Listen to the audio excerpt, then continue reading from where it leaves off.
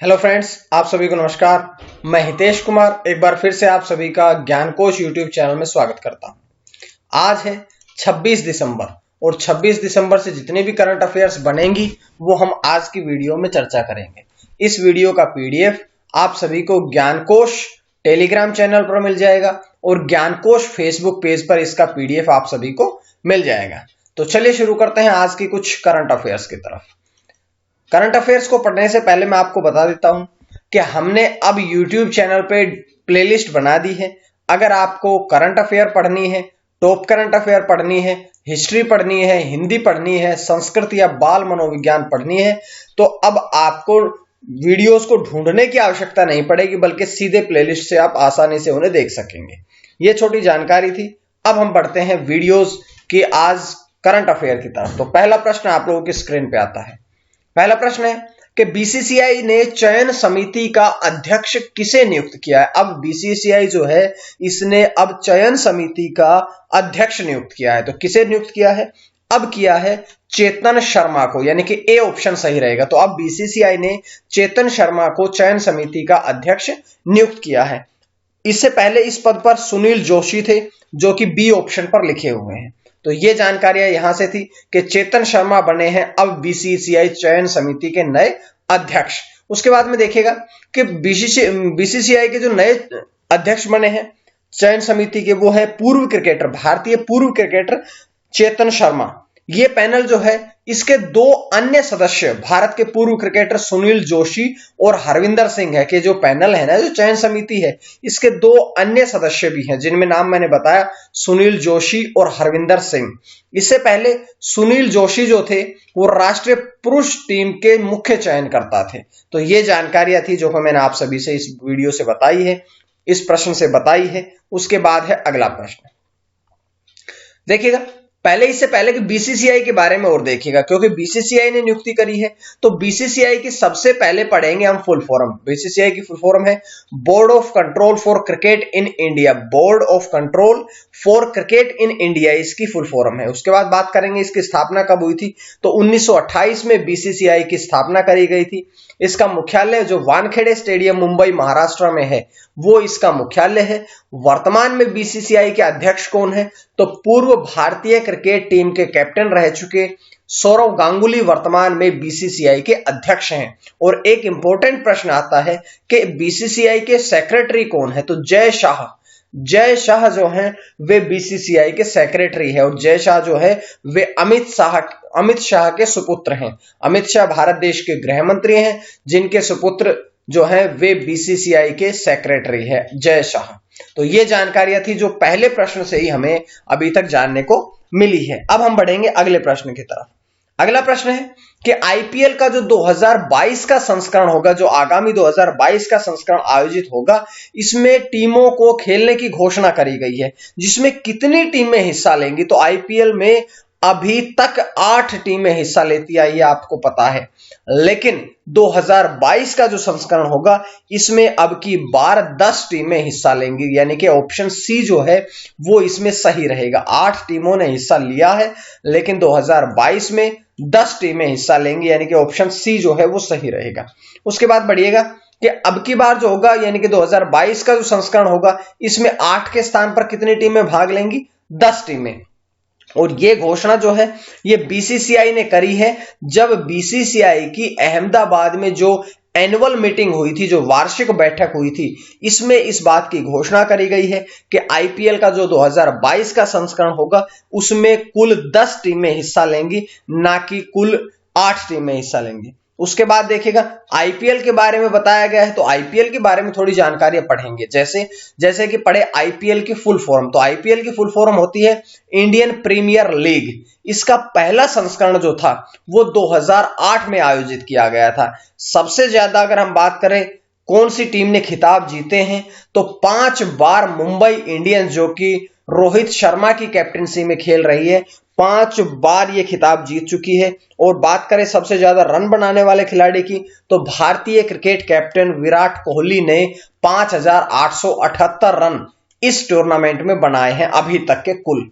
उसके बाद सर्वाधिक विकेट की बात करें तो 170 विकेट जो है वो श्रीलंका के तेज गेंदबाज लसिथ मलिंगा द्वारा ली गई है।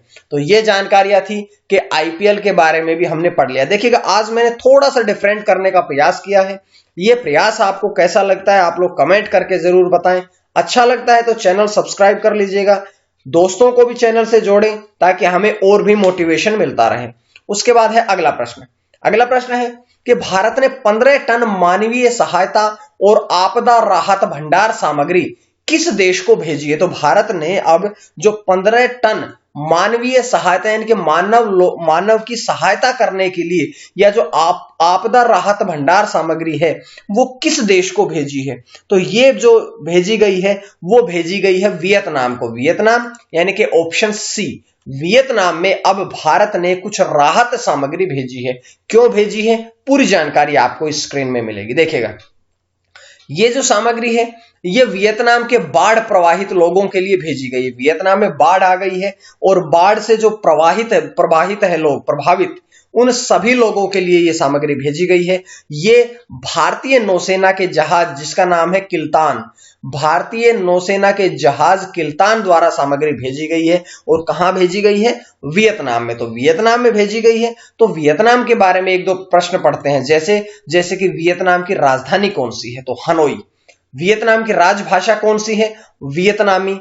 वियतनाम के प्रधानमंत्री कौन है? ग्युयेन तनजुंग। ग्युयेन तनजुंग जो है वे वर्तमान में वियतनाम के प्रधानमंत्री है। इस प्रकार से हमने सारी जानकारियां जो है वो वियतनाम की भी यहां से पढ़ ली है। उसके बाद आप लोगों के स्क्रीन पे 4 नंबर क्वेश्चन आता है कि पहली ड्राइवरलेस ट्रेन का उद्घाटन किसके द्वारा किया जाएगा? ड्राइवरलेस, जिसमें ड्राइवर नहीं होगा, यानी कि अब जो ये ट्रेन चलाई जाएगी इसमें ड्राइवर नहीं होगा। तो पहली देश की ड्राइवरलेस ट्रेन का उद्घाटन किसके द्वारा किया जाएगा? अभी किया नहीं है, 28 तारीख को किया जाएगा, 28 दिसंबर को किया जाएगा। जो किसके द्वारा किया जाएगा? तो यह किया जाएगा हमारे देश के प्रधानमंत्री श्री नरेंद्र मोदी द्वारा। श्री नरेंद्र मोदी जो है वो 28 दिसंबर को भारत की पहली ड्राइवरलेस ट्रेन का उद्घाटन करेंगे। ऑप्शन ए में लिखा है अरविंद केजरीवाल जो कि दिल्ली के मुख्यमंत्री हैं। यहां दूसरे ऑप्शन में लिखा है शरद बोबड़े जो कि भारत के मुख्य न्यायाधीश है। मनीष सिसोदिया दिल्ली के उप मुख्यमंत्री हैं। लेकिन भारत देश के प्रधानमंत्री नरेंद्र मोदी जो हैं वे इस ट्रेन का उद्घाटन करेंगे। कहां, क्या, सारी जानकारियां अगली बात में पढ़ते हैं। जैसे कि ये पहली, भारत देश की पहली ऐसी पूर्णतः स्वचालित ट्रेन सेवा है कि इसमें कोई ड्राइवर नहीं होगा, बल्कि ये ट्रेन जो है पूरी तरह से स्वचालित है, अपने आप ट्रेन चलेगी, ऑटोमेटिक ट्रेन है ये। ठीक है, 28 दिसंबर को दिल्ली मेट्रो की मैजेंटा लाइन पर चलेगी। दिल्ली मेट्रो में 10 लाइनें हैं और दिल्ली मेट्रो की मैजेंटा लाइन पर चलेगी 28 दिसंबर को।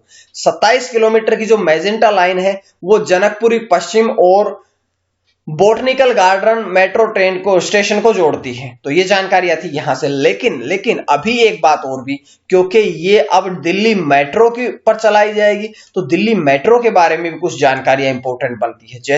जैसे कि दिल्ली मेट्रो की शुरुआत कब हुई थी? तो दिल्ली मेट्रो जो है उसकी शुरुआत हुई थी 24 दिसंबर 2002 में। इसका मुख्यालय कहां पे है? तो इसका मुख्यालय है 12 खंबा रोड, नई दिल्ली। और चेयरमैन कौन है? दुर्गा शंकर मिश्रा। और जो दिल्ली मेट्रो है इसमें कुल 10 लाइनें हैं, कुल 10 लाइनें हैं, रेड ब्लू इस प्रकार की करते हुए इसमें कुल 10 लाइनें हैं जिसमें मैजेंटा पर यह ट्रेन, स्वचालित ट्रेन चलाई जाएगी। उसके बाद अगला प्रश्न है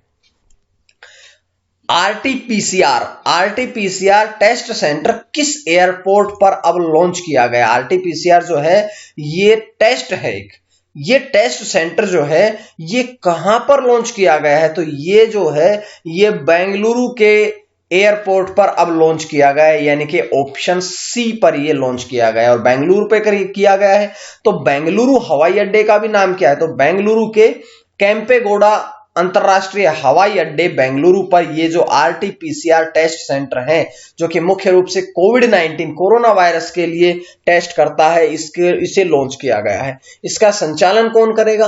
तो इसका जो संचालन का कार्य है वो ओरिगा रिसर्च द्वारा किया जाएगा। ओरिगा रिसर्च जो है वो अब आरटीपीसीआर टेस्ट सेंटर को लॉन्च करेगा। बात करते हैं कि आरटीपीसीआर, यहां पर आपने एक टर्म देख ली है। अब आरटीपीसीआर की फुल फॉर्म क्या है? आरटीपीसीआर की फुल फॉर्म है reverse transcription polymers chain reaction, ये इसकी फुल फॉर्म है। और बात यहां से एक और आती है, क्योंकि ये केम्पेगौड़ा अंतरराष्ट्रीय हवाई अड्डे पर शुरू किया गया है। तो केम्पेगौड़ा अंतरराष्ट्रीय हवाई अड्डे की स्थापना कब हुई थी? तो इसकी स्थापना हुई थी 24 मई 2008 में। देखिएगा, इस प्रकार से आपने करंट अफेयर्स को तैयार करना है कि हर एक प्रश्न को आप लोग उसमें से समझ सके। अगला प्रश्न आपकी स्क्रीन पे आता है कि त्रिपुरा उच्च न्यायालय में ई सेवा केंद्र का उद्घाटन किसके द्वारा किया गया है? तो त्रिपुरा जो हाई कोर्ट है, इसमें अब ई सेवा यानी कि इलेक्ट्रिक सेवा केंद्र का उद्घाटन किसके द्वारा किया गया है?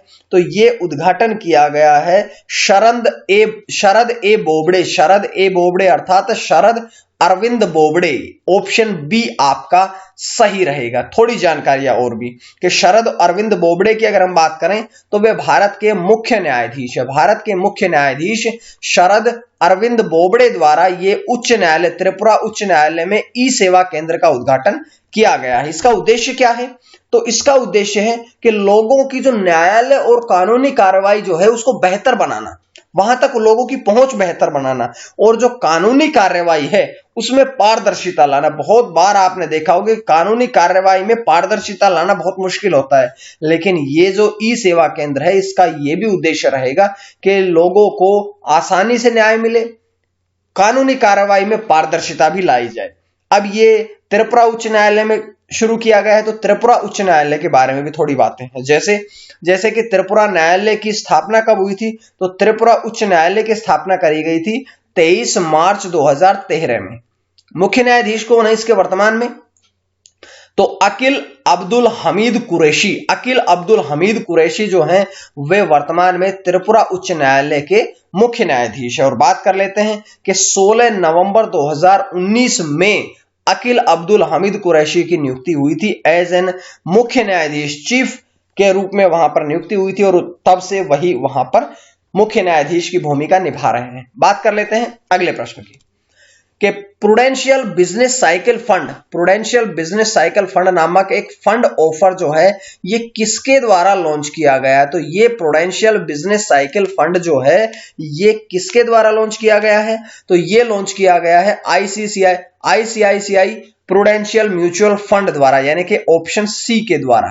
बात करते हैं थोड़ी और भी, जैसे कि ये एक ओपन एंडेड इक्विटी स्कीम है जिसका मुख्य उद्देश्य जो है वो है इक्विटी और इक्विटी संबंधी जो भी प्रतिभूतियां हैं उन सभी में निवेश करके एक लंबे समय का, दीर्घकाल का धन प्रदान करना। ठीक है, तो ये जानकारी थी यहां से। लेकिन एक बात देखिएगा कि आईसीआईसीआई प्रूडेंशियल म्यूचुअल फंड द्वारा शुरू किया गया है, ये लॉन्च किया गया है, तो इसके बारे में जानकारियां हमने अभी नहीं पढ़ी है, अभी पढ़ते हैं। जैसे कि आईसीआईसीआई प्रूडेंशियल म्यूचुअल फंड की स्थापना कब हुई थी? 1993 में। मुख्यालय कहां है? मुंबई, महाराष्ट्र में। और वर्तमान में इसके एमडी यानी कि मैनेजिंग डायरेक्टर और सीईओ अर्थात मुख्य कार्यकारी अधिकारी कौन है? तो निमेश शाह इसके वर्तमान में एमडी और सीईओ है। तो ये जानकारियां मैंने आप सभी को दी है। उसके बाद है अगला प्रश्न, सोकार वेटलैंड यानी कि जो आर्द्र भूमि क्षेत्र है, सोकार वेटलैंड परिसर को रामसर साइट में शामिल किया गया। अब ये जो सोकार वेटलैंड है, जो आर्द्र भूमि क्षेत्र है, ये किस क्षेत्र में पड़ता है? ये कहां पर है स्थित है? इसकी स्थिति बताइए। तो इसकी जो स्थिति है वो वर्तमान में केंद्र शासित प्रदेश में है। और चारों जो ऑप्शन है इसमें से केंद्र शासित प्रदेश जम्मू कश्मीर भी है और लद्दाख भी है, लेकिन ये वेटलैंड पड़ता है लद्दाख में। तो यहां से ऑप्शन सी जो है वो आपका सही रहेगा। आगे बढ़ते हैं, जैसे कि ये लद्दाख में तो है, लेकिन लद्दाख के भी चांगथांग क्षेत्र में स्थित है। बात कर लेते हैं कि जो सोकार वेटलैंड परिसर है इसकी समुद्र तल से ऊंचाई कितनी है? तो 4500 मीटर यानी कि 4500 मीटर जो है इसकी समुद्र तल से ऊंचाई है। और यहां देखिएगा कि सोकार का अर्थ क्या है? तो सोकार का अर्थ है झील के हाशिए पर मौजूद सफेद नमक के प्रवाह, यानी कि झील के जो हाशिए किनारे पर, हाशिए का अर्थ होता है कि किनारा, तो झील के हाशिए पर जो मौजूद सफेद नमक के प्रवाह होते हैं उन्हें ही सोकार कहा जाता है। और ये आर्द्र भूमि क्षेत्र है, वेटलैंड परिसर है, जिसे अब रामसर साइट में शामिल किया गया है। अगला प्रश्न, डीटीएच सेवाओं में 100% एफडीआई को मंजूरी किसके द्वारा दी गई है? तो अब 100% डीटीएच जो सेवाएं हैं उनको 100% एफडीआई की मंजूरी किसके द्वारा दी गई? तो ये मंजूरी दी गई है भारत के केंद्रीय मंत्रिमंडल यानी कि ऑप्शन सी के द्वारा। भारतीय केंद्रीय मंत्रिमंडल ने अब 100% एफडीआई को मंजूरी दी है। उसके बाद बढ़ते हैं और भी प्रश्न, जैसे कि इसके साथ साथ में क्या होगा कि लाइसेंस अवधि जो डीटीएच सेवाओं के लाइसेंस अवधि थी वो 10 वर्ष थी, लेकिन इसी के साथ ये घोषणा करी कि जो अब ये अवधि है लाइसेंस की ये भी 10 वर्ष से बढ़ा करके कितने वर्ष कर दी गई है? 20 वर्ष। और यहां डीटीएच देखिएगा तो डीटीएच की फुल फॉर्म क्या है? Direct to home. यहां एफडीआई भी लिखा है तो एफडीआई की फुल फॉर्म क्या है? Foreign direct investment. ये दोनों फुल फॉर्म मैंने बताई है क्योंकि फुल फॉर्म से प्रश्न आपके एग्जाम में बनते हैं। उसके बाद अगला प्रश्न है कि सूचना और प्रसारण मंत्री कौन है? तो भारत में प्रकाश जावड़ेकर जो हैं वे सूचना और प्रसारण मंत्री हैं वर्तमान के। तो ये जानकारियां थी जो मैंने आपको यहां से बताई है।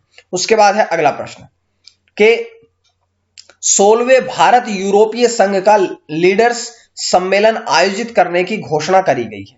अब ये जो 16वां भारत यूरोपीय संघ है इसका आयोजन, इस सम्मेलन का आयोजन कहां पर होगा? तो इसका आयोजन जो है वो होगा पुर्तगाल में। पुर्तगाल लिखा है ऑप्शन बी में, तो इस प्रश्न का ऑप्शन बी जो है वो एकदम सही है।